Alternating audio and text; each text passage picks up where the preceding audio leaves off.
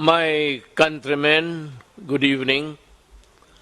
I am now addressing the nation together with the civilian, military, and police sectors, the organizations that would count in our enforcement of the laws to protect the people of the Republic of the Philippines.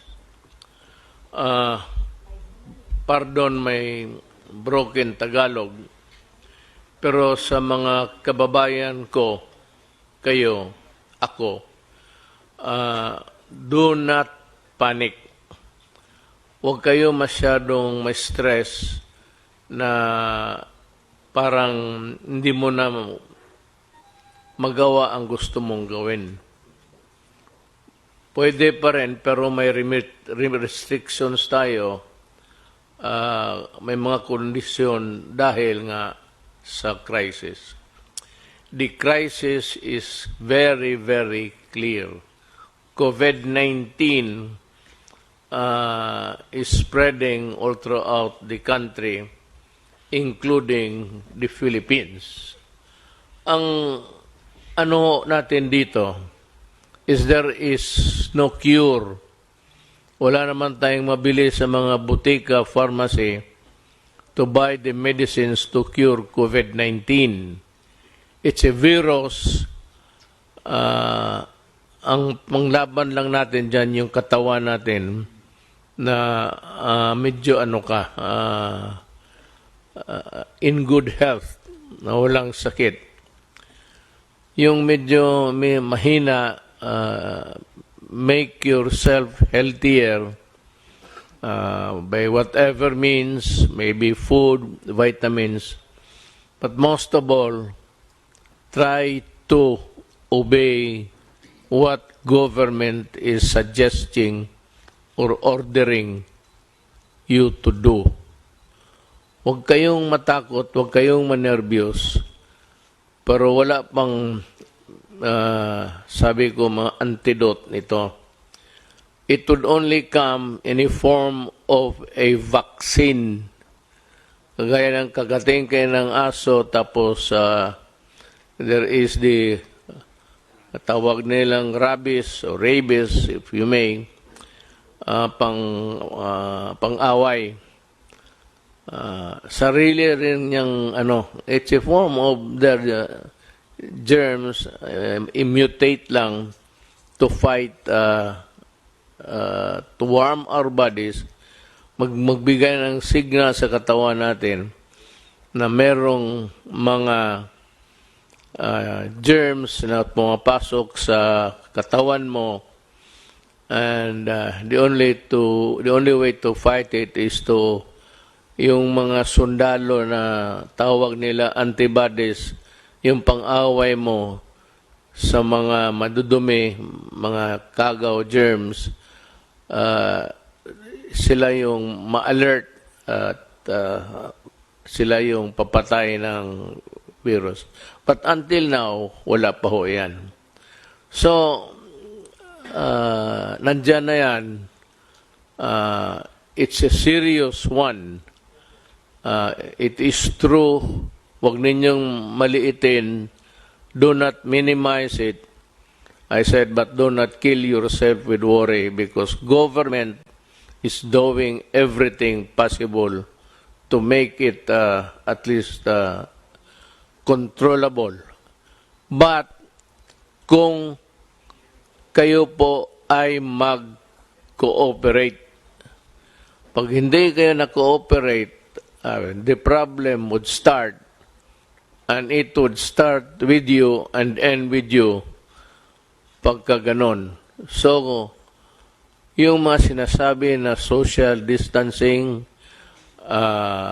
sundin lang po ninyo, at yung mga binibigay na well ahead ng Department of Health, sundin ho ninyo kung anong sinasabi ng mga doktor, kasi sila po ang marunong niyan.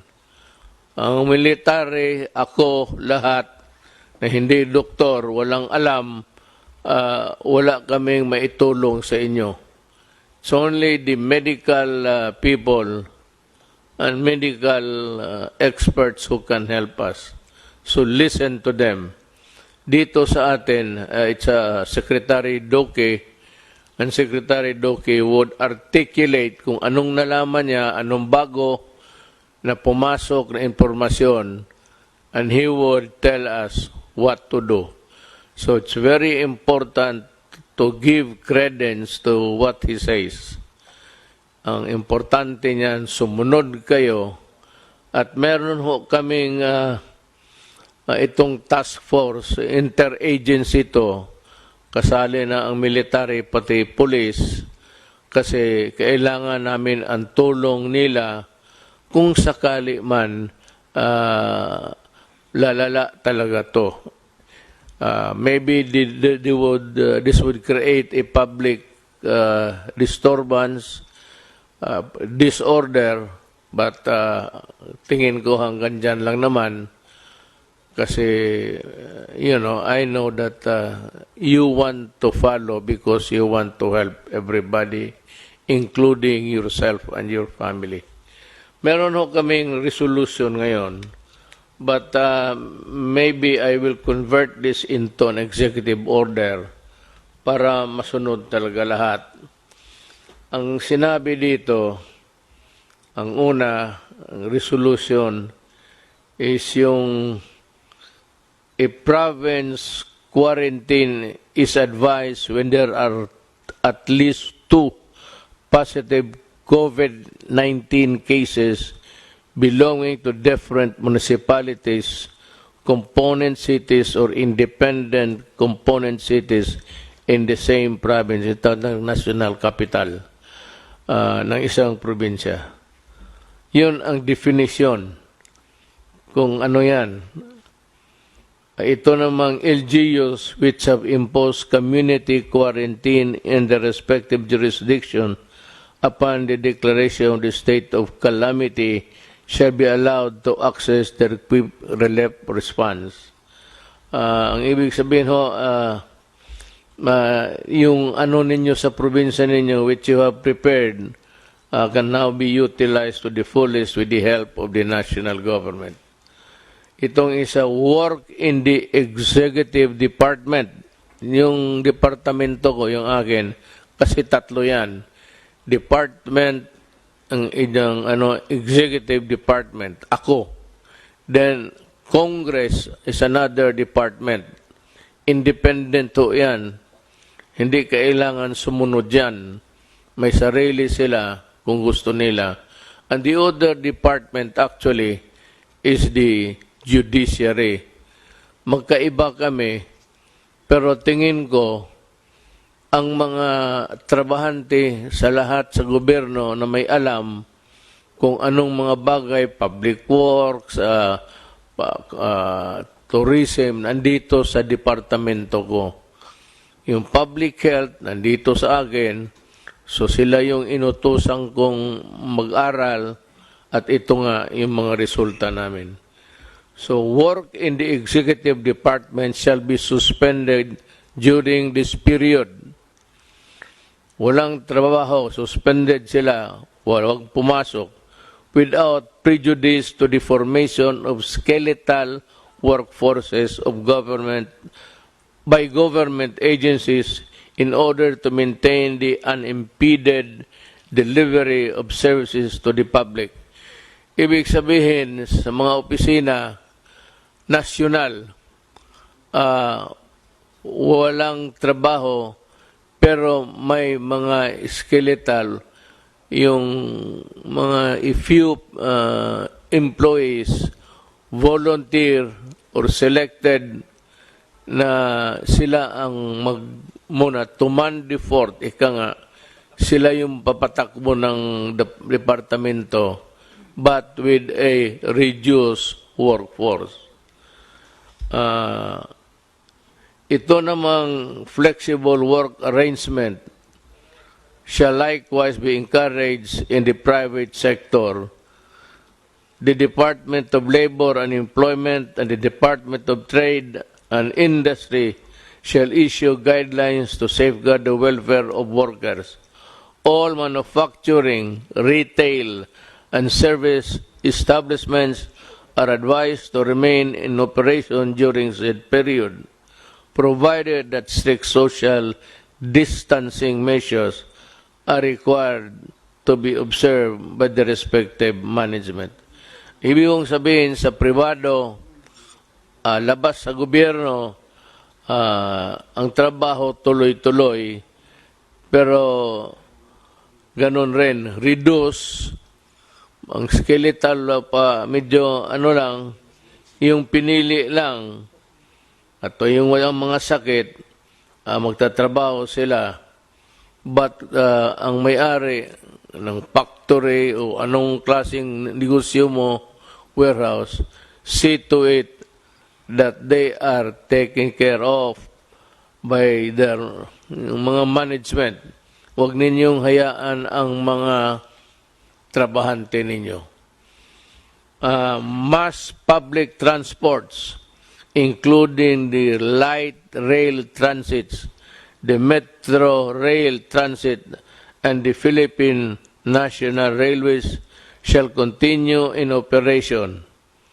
Tuloy-tuloy ho ang trabaho ninyo, provided the Department of Transportation shall issue guidelines to ensure social distancing in said public transport. Ibig sabihin, tuloy-tuloy ang trabaho ninyo, pero ang social distancing, yung distansya mo to the other fellow, medyo malayo. Kasi pag nag-ubo siya, o umatching, at least yung germs niya hanggang doon lang, hindi niya maipasa because there is the distance. Kaya it behooves upon the transportation department to come up with the guidelines based on what the health department orders. Lahat dito po, ang pinaka-importante, pinakatigas, ika nga, ang Department of Health.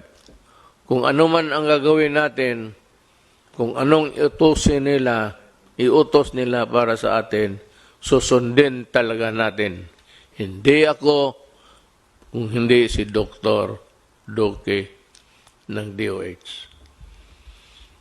Land, domestic air and domestic sea travel to and from Metro Manila shall be suspended beginning 15/2020, March 15, 2020, and to end on April 14, 2020 sa alas 12, subject to the daily review by the Interagency Task Force. So, walang lumipad, ang mga travel is limited,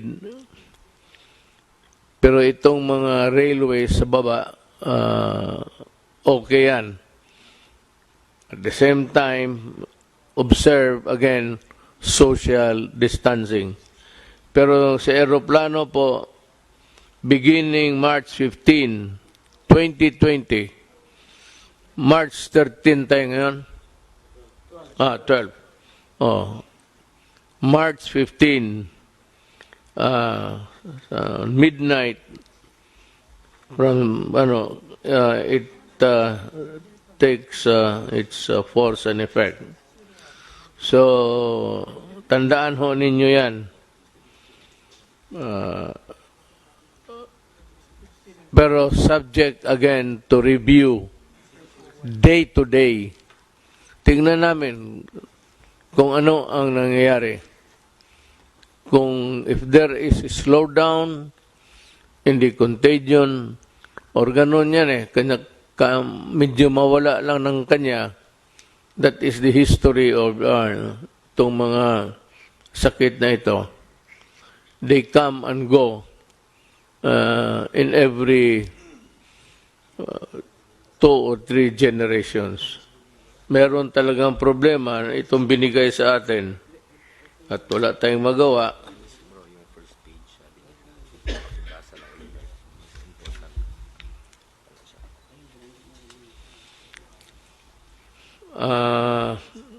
ito yung talagang trabaho nila.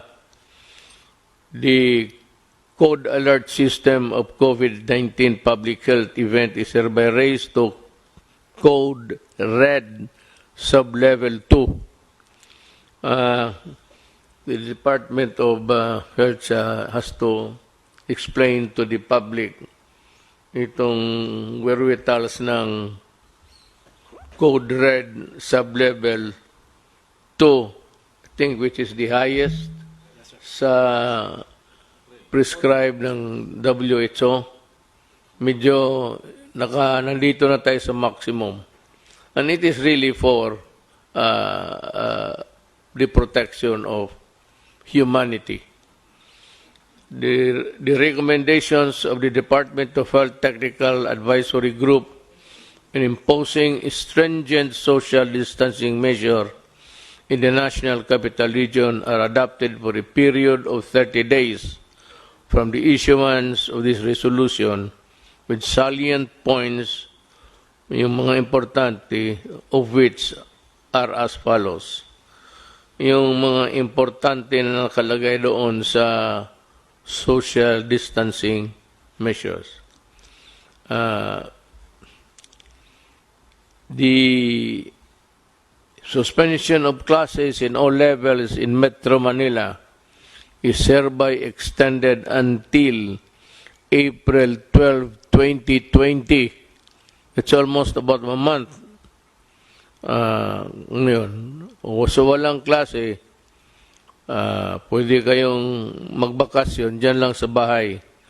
Avoid, I'm sure may mga bagay-bagay dyan sa bahay na hindi pa ninyo nakita.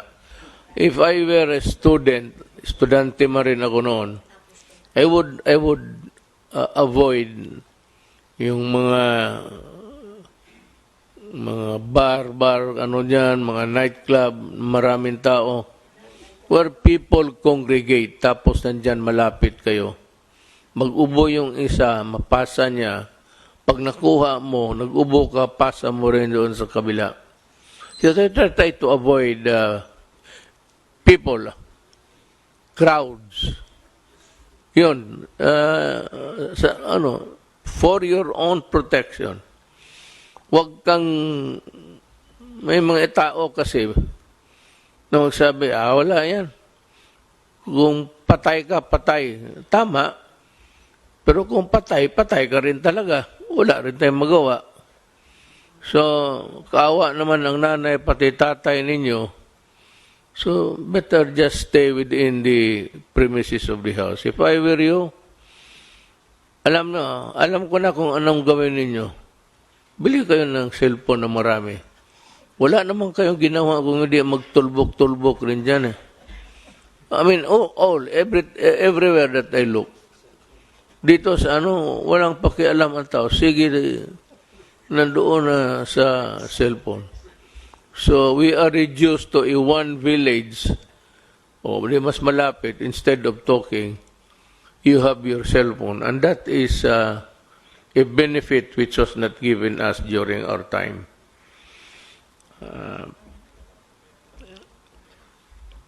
Number 1, ito, the suspension of classes in all levels in Metro Manila is hereby extended until 2012-2020, provided that all students shall continue to fulfill their educational requirements during said period. Anong ibig sabihin? Kung wala kang magawa, sabi ng gobyerno, mag-aral ka. Pero ito, hindi ko inaasahan susunod din ninyo. Ang sigurado ako, yung kamay ninyo, nandyan sa cellphone yan, instead of studying. I'm sure of it. But for you guys, who really want to improve your lot, you better make use of the time to study. Because, alam mo, mga anak, kayo mga bata, yun kayo yung mamatay na hindi makalabas ng bahay. then you make all sorts of excuses. But you know, there will be truant officers. Alam mo yung truant? Yan it's an American practice.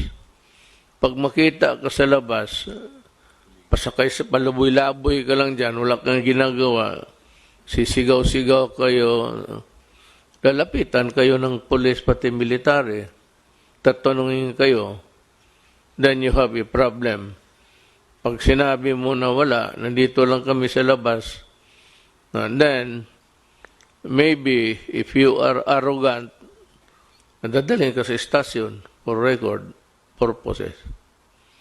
That you are disobeying, that you are intransigent, and that you are not fulfilling your duty. Alam mo, baski na there are a set of rules governing the responsibilities of a Filipino citizen. Baka hindi nyo alam yan. Meron yan. So, you have duties to perform also.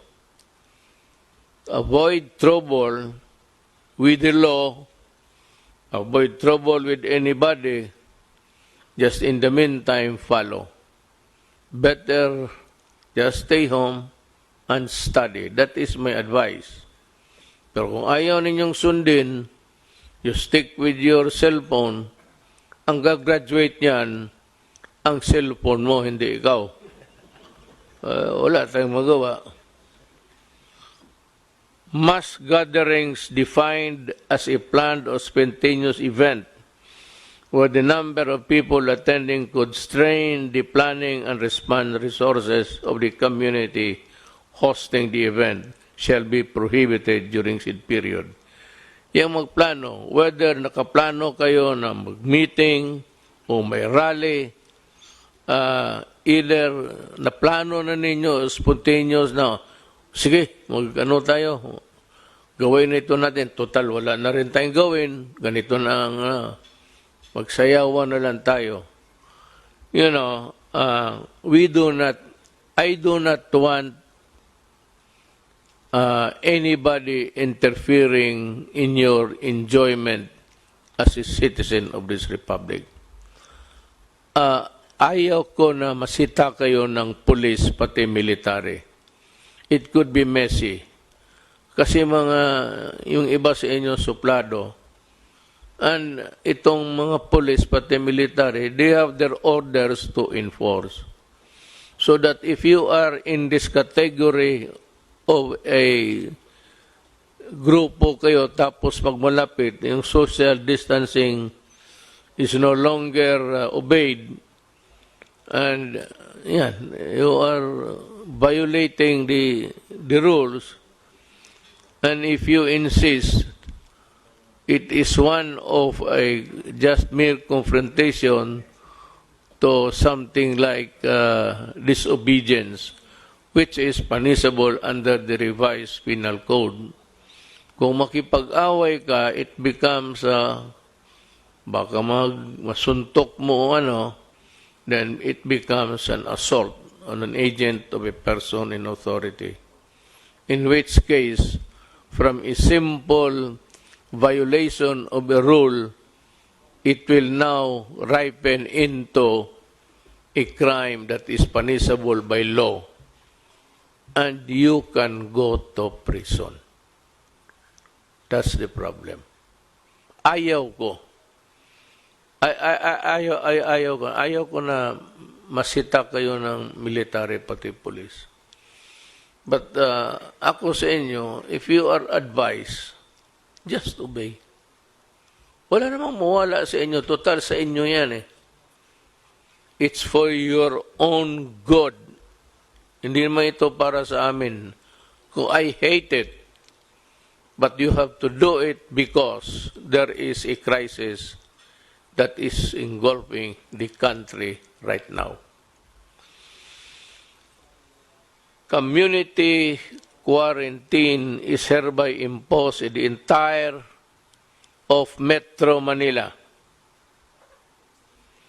and In other areas, the LGUs are advised to abide by the following guidelines, imposing localized community quarantine in the respective jurisdiction. For Manila, may ayaw namin gamitin yan, pero kasi takot kayo sabihin lockdown. But it's a lockdown.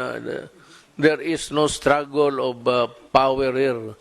Walang away dito, walang gira. It's just a matter of protecting and defending you from COVID-19. That's about it. It has nothing to do with the power of the military or the power of the police, nor or my power of this guys beside me. Hindi yan. It's not an issue of, it's just an issue of protecting public interest and public health. Yun lang. A barangay-wide quarantine is advised when at least 2 positive COVID-19 cases belonging to different households in the same barangay. Kung sa isang barangay may 2 na infected, medyo i-quarantine na ninyo yung barangay ninyo. Itong problema sa 2, sabihin na it behoves on the barangay captain actually. The barangay captain is under the administrative code is a person in authority. That's why kung makipagsuntukan ka ng barangay captain because he is enforcing the law o awayin mo, pareho ang kasalanan mo kung lumaban ka sa police or sa person in authority. Mabigat ang barangay captain and teachers also. Teachers, because of the nature of their work, are persons in authority because they are made so by the law itself to give them the stature in relation to the work of trying to mold and teach the Filipino students. Kaya ang teacher rin, kung utosan ka, sunod ka, pareho sa barangay captain. Now, if the barangay captain would ask the teachers to help in the enforcement, you better obey because they are in the exercise of teaching the persons there of the barangay of the dangers is part of their work. Then you have a municipality citywide quarantine is advised when at least 2 positive COVID-19 cases belonging to different barangays in the same municipality. Kung sa munisipyo kayo, tapos isang barangay dyan, may 2 na tinamaan ng COVID-19, diagnosed to have COVID-19 infection, magka-quarantine na rin kayo. And, before I forget, I do not have enough soldiers and policemen to cover all over every inch of the country. Kulang ako. Meron ako na magamit ko ang barangay captain. Ang barangay captain is bound by what is written here, whether by way of rules implementing in the meantime or if it becomes part of an executive order.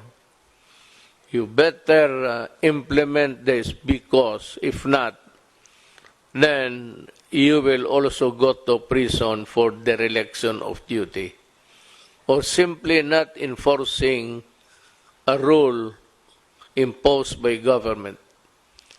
ang pinaka ano dito yung mga barangay captains.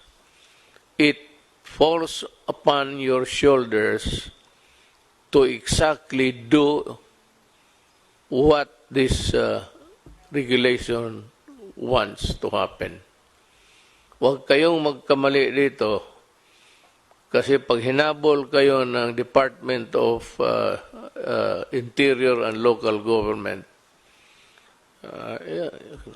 you can be dismissed or you can be suspended and you'll have trouble. And besides, I think the electorate will remember you for being a laggard.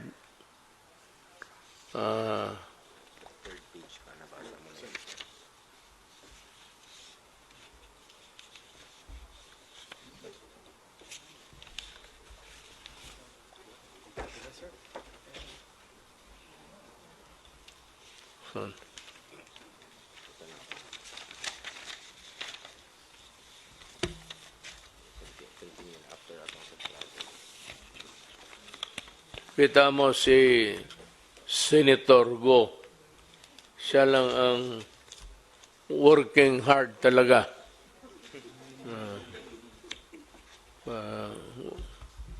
Yan ang public official. Really. Especially the barangay captains and the kagawads. No, you have been elected there. You sought the position. Hindi naman tayo, pinili natin to eh. Nobody ordered us for us to be to where we find ourselves now. At tapos tatamad-tamarang ka. That's not the way how to do it. One is you go to, if there's a case, a good case against you, you lose the position and you are dismissed. And maybe in the worst case scenario, you'll go to jail. Better be always be reminded of that duty. Pinili mo yan, huwag kang magtamad-tamaran kasi matatamaan ka. Ginusto mo yung position, magtrabaho ka. The aforesaid measures shall be subject to close monitoring and reassessment after the expiration of 7 days from the issuance of this resolution. You know, we will review. I have imposed upon the cabinet members and the entire members of this task force to be present every day. I know that it is hard for them. It is really an imposition. It's quite maybe a burden, but ganun rin ang sinabi ko sa kanila. Nandito tayo sa gobyerno. You choose to be a part of government, and there is a crisis with no solution in sight. Walang solution unless there is a vaccine by the grace of God na may mamakita o maimbento ng ating mga scientists. It could be the Philippines for all you know. But I'm just telling you what you're supposed to do. Ang isa is the LGU outside of the National Capital Region, yung labas ng Metro Manila, are advised to exercise sound discretion in suspending classes in the respective localities without prejudice to a determination by the national government to suspend classes if the situation so warrants. So, ang LGUs, may kunting leeway, and just a little elbow room para makagalaw kayo to respond to the crisis in the community. But it does not allow you to suspend classes on trivial and for, stupid reasons. It is only done because you have to protect them from the COVID-19. Yan lang talaga. Do not do it just to please everybody. Or sa bagay, I have full faith and confidence in our supervisors, teachers. I'm just saying that please do not do it the way others would want it to happen. Mas maganda yung walang klase, walang ganon. Wag mong gawin yan because in the following statements, the Philippine National Police and the Armed Forces of the Philippines, in coordination of the Interagency Task Force, shall be called upon to ensure effective and orderly implementation of the above measures. Hindi ito martial law. It is not a martial law. It's not even something extraordinary. But what is sought to be solved here is again, walang iba except to fight the virus and to exact compliance. Mas mabuti talaga yung maniwala kayo. Now, ang sunod, a meeting shall be conducted daily by and between the secretaries of the number of agencies of the IATF, that is the Interagency Task Force, sa COVID, including the Cabinet Secretary, Secretaries of National Defense, Environment, and Natural Resources, Trade and Industry, Social Welfare and Development, Education, Agriculture, the Chiefs of Staff of the Armed Forces of the Philippine Navy, Philippine Air Force, and Coast Guard, because in a total breakdown, I would need their help to carry on with the governance. Kailangan ko sila. Not to fight with you guys. Huwag kayong matakot sa sundalo ninyo. Sundalo ninyo yan. Ang armed forces is there to serve you. Sila yung sundalo ninyo. So huwag kayong matakot kung nandyan sila sa utos ng mga civilian authorities. Yang mag-utos sa amin, Department of Health Secretary lang naman eh. So, but when he says to the military and the police, you have to implement this. Obey them because they have the imprimatur of the civilian authorities. Huwag kayong do not try to play with martial law, military. Pero ang sa totoo, ni total breakdown, public disturbance, alang-alang kami ang iharap mo. Wala namang kaming, it's always the military who keep things in the country in order. Sila yan. Titingnan nila na everything is in order every day of their working days. Tingnan nila na ang Pilipinas safe at gumagana ang lahat ng mga tao, pati mga opisina. The balik manggagawa overseas Filipino workers shall be allowed to travel to mainland China except to Hubei province upon execution of a declaration signifying their knowledge and understanding of the risk involved, provided that the health advisory pamphlet shall be handed out to the OFW upon departure. Hindi nga eh. Not only pamphlet, baka hindi mo basahin.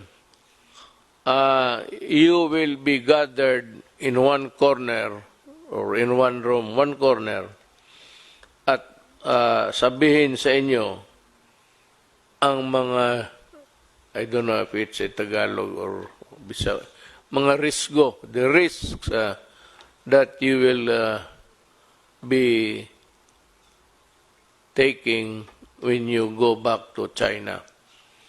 But China, you know, President Xi Jinping, for all of his goodness to us, wrote me a letter and said that he is willing to help. All we have to do is to ask. Ako, ang tingin ko, maybe there will be a time if things deteriorate that I have to call on China to help.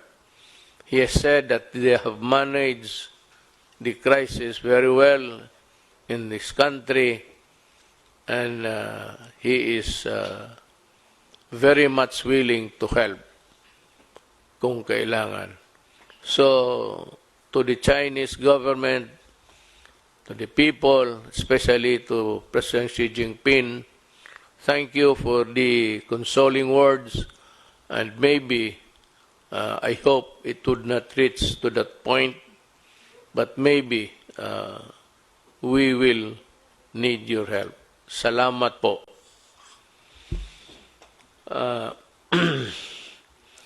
The entry travel restriction shall be imposed upon those traveling from countries with localized COVID-19 transmission, except for Filipino citizens, including their foreign spouse and children, if any.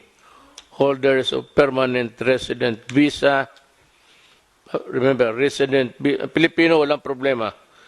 Holders of permanent resident visa and holders of diplomatic visas issued by the Philippine government.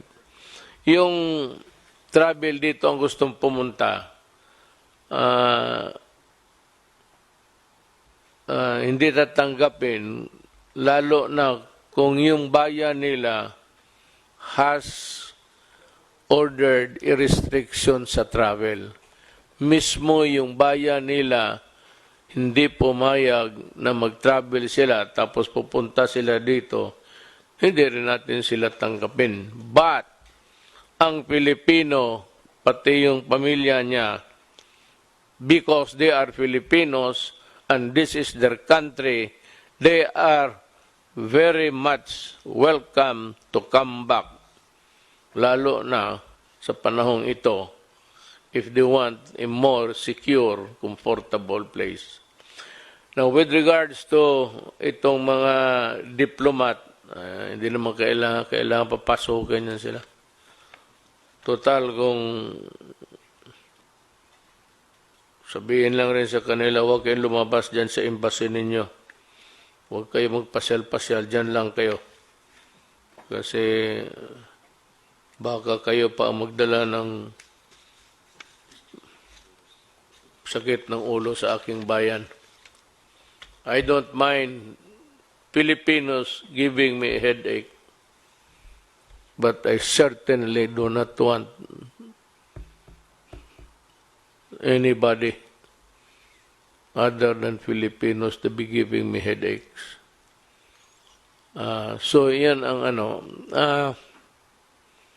yun ho ang maibigay ko sa inyo na payo. You might, sometimes it's a convoluted thing to listen, pabalik-balik. Ang simple lang yan. The purpose to protect and defend you. From what? From COVID-19. Then what is the purpose of government? The purpose of government is see to it that things are in order. To do that, if things deteriorate, I said, the military and the police will maintain order. Kaya nga tawag niyan, peace and order. There has to be a peace, and that peace, nakalagay na, orderly. There must be order in the country, and that is all.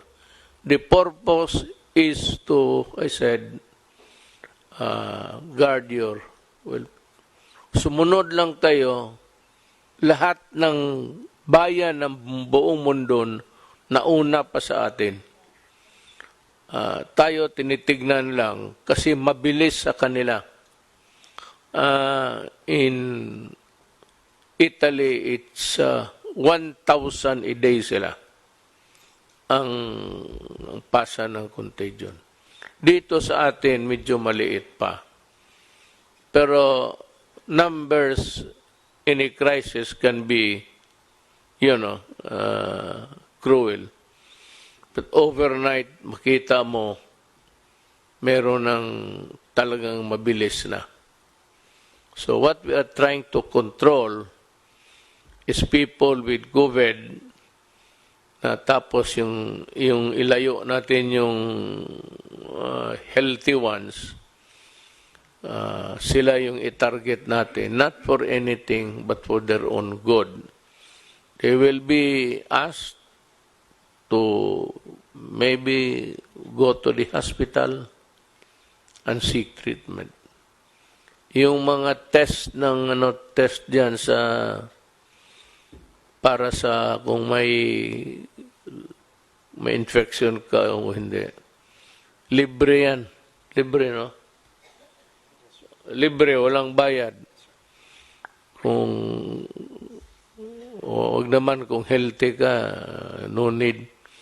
But if you are experiencing ubo, itong na ubo, tapos pag ubo mo, masakit yung likod mo, the lungs, ang lungs mo ang titirahin dyan eh. And if it's too late, hindi na kaya ng antibiotics yan. It starts with a virus. The virus weakens your body. And it weakens your body, lahat na papasok, then it will kill you. Putang ina itong virus na ito, walang ginawa, ganun. Papasok sa katawan mo yan, just like AIDS, makes you weak, then it allows other germs to come into your body, and you get sick, usually pneumonia yan. And it's virulent, so seek treatment as soon as possible. But we are here to serve you, and every day we are meeting and in contact with the rest of the country. Meron tayong struktura. The structure really, people are asking, what is your preparation? What's the structure? My God, yung structure natin is itong health. Meron yan silang regional all over. Then meron yung city health, provincial health. But yung national, yun yung mga regional health centers.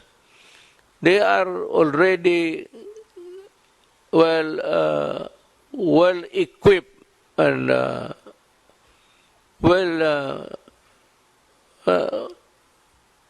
nag-aral na yan kung ano ang gawin nila. There is the structure. So, sumunod lang tayo at hiningi ko sa inyo kunting pasensya lang. It's for your own good. Para sa akin, kung ayaw mo na, baka ako ang mamatay, hindi ka maawa sa akin dahil sa kalokohan mo, ayaw mong sumunod. So, let's help each other at this time of our life because everything is placed in jeopardy. Delikado talaga. Totoo ito, crisis talaga ito. Kasi walang gamot. Okay? Salamat po. Thank you for listening.